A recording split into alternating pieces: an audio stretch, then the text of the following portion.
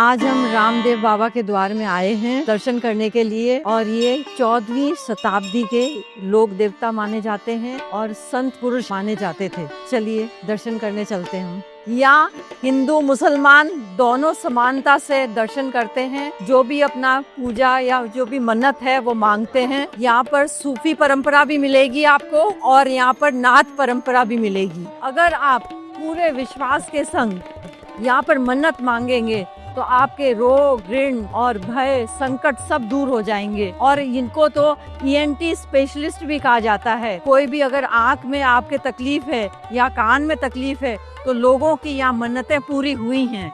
और यहाँ का अगर पानी आप घर ले जाते हैं तो वो आपको जो भी चर्म रोग होते हैं उससे भी आपको ठीक हो जाती है। यहाँ ये केसरिया ध्वज चढ़ाया जाता है मन्नत मांगने के लिए। यहाँ पर रामदेव बाबा जी की समाधि है। मुसलमान लोग इसको रामासा पीर भी बोलते हैं। ये बाबा रामदेव जी महाराज जी की सवारी थी और जब भी मन्नत पूरी हो जाती है तो यहाँ पर एक घोड़ा चढ़ाया जाता है।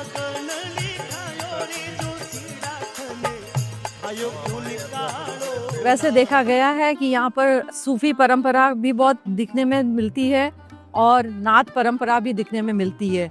सूफी परंपरा के अनुसार आपका दिल यहाँ पर आते ही बदल जाता है, आपके प्रेम भाव आ जाता है और आपके मन में जो घृणा या ईर्ष्या होती है वो सब हट जाती है।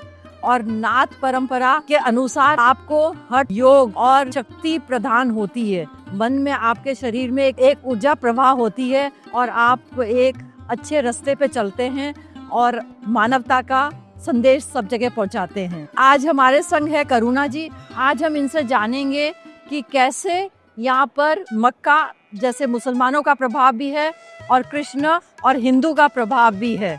तो ये एक कहानी बताएंगी हमको। रामदेव बाबा जो थे वो कृष्ण के ही अंश थे, तो ये लोक देवता है। लेकिन ऐसा माना जाता है कि इनके पिताजी जो थे उनके ना कोई संतान नहीं थी, तो उन्होंने जाके द्वारका में कृष्ण से विनती की और उन्होंने कहा कि अगर आप मेरे को कोई संतान नहीं देंगे तो मैं यहीं समुद्र में कूद जाऊंगा। तब कृष्ण के उनके आशीर्वाद से बाबा जी इनके यहाँ पे ये पुत्र रत्न की प्राप्त हुई। तो इनके बाद में इन्होंने बड़े बड़े चमत्कार दिखाए, तब से ये यहाँ पे लोक देवता बने। ऐसा माना जाता है कि इनकी जो बहन थी, जब इनकी शादी हुई डालीबाई थी, उनका बेटा था वो है ना ख़त्म हो गए थे। लेकिन जब वो बहन द्वार पे बाबा जी आए और बोले बहन मेरी आरती तो उतार, तो बहन के मन में दुविधा थी। एक तरफ उसके बेटे की तकलीफ थी, एक तरफ भाई के लिए वो प्यार था। तो उन्होंने ना जो भाई ने कहा ऐसा ये परेशान क्यों हो रही, जाके अपने मेरे भांजे को भी बुला के ला। हाँ। तो उसी टाइम भांजा उठ के बाहर आ गया। उसके बाद मतलब ये जो चमत्कार है उनका चमत्कार। और इनके मतलब दो भाई थे और ये जो रामदेव बाबा ये कृष्ण के अवतार माने गए। कृष्ण के अवतार माने जाते हैं। ऐसा बोलते हैं कि ना मक्का से परीक्षा लेने के लिए वहाँ के पीर यहाँ पर आए थे और उन्होंने ना जब रामदेव बाबा ने उनके लिए भोजन का आग्रह किया तो उन्होंने कहा कि हम हमारे बर्तन में खाना खाते हैं, आपके बर्तन में नहीं खाते हैं। तो बाबा साहब बोले कि कोई बात नहीं। उन्होंने उसी टाइम में ना सामने देखा, पीर ने सबने उनके 5 पीरों के बर्तन उनके सामने रखे हुए, तो उन्होंने कहा अब भोजन करो। तब से ना उन्होंने इनको राम सा पीर माना और है ना तब से इनको हिंदू और मुसलमान बराबर मानते। मतलब चमत्कार से वो बर्तन मक्का से इधर आ गए। बिल्कुल बिल्कुल। इसलिए तो देखिए यहाँ पर दोनों नाथ परंपरा जो हमारी सनातन परंपरा, मुसलमानों की परंपरा या सूफी परंपरा, दोनों यहाँ पर जागृत है। चलिए अब हम चलते हैं, उनकी बहन है डालीबाई, उनके दर्शन करने चलते हैं। ये 14वीं शताब्दी के अवशेष अब तक मौजूद हैं देखिए, और यहाँ आके आपको ऐसे लगता है कि आप कृष्ण भक्ति में ही लीन हो गए हैं।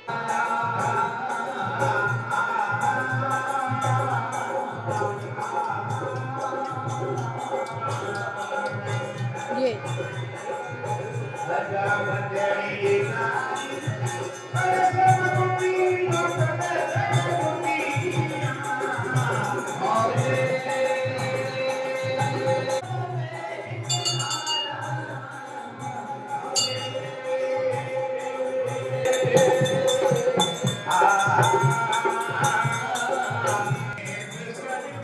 यहाँ डालीबाई का बहुत परचम है क्योंकि ये रामदेव बाबा की बहन है।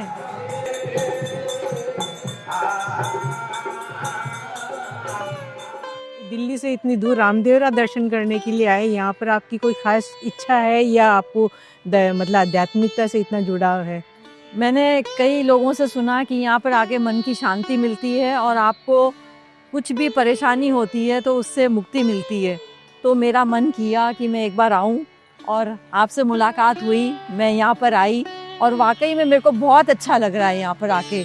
एकदम मन में शांति लग रही है, मन में एकदम ऐसा लग रहा है कि हाँ, मतलब हम लोगों को भेदभाव जात पात से ऊपर उठ के भी एक अच्छी ज़िंदगी जीनी चाहिए और लोगों को भी अच्छी ज़िंदगी देनी चाहिए।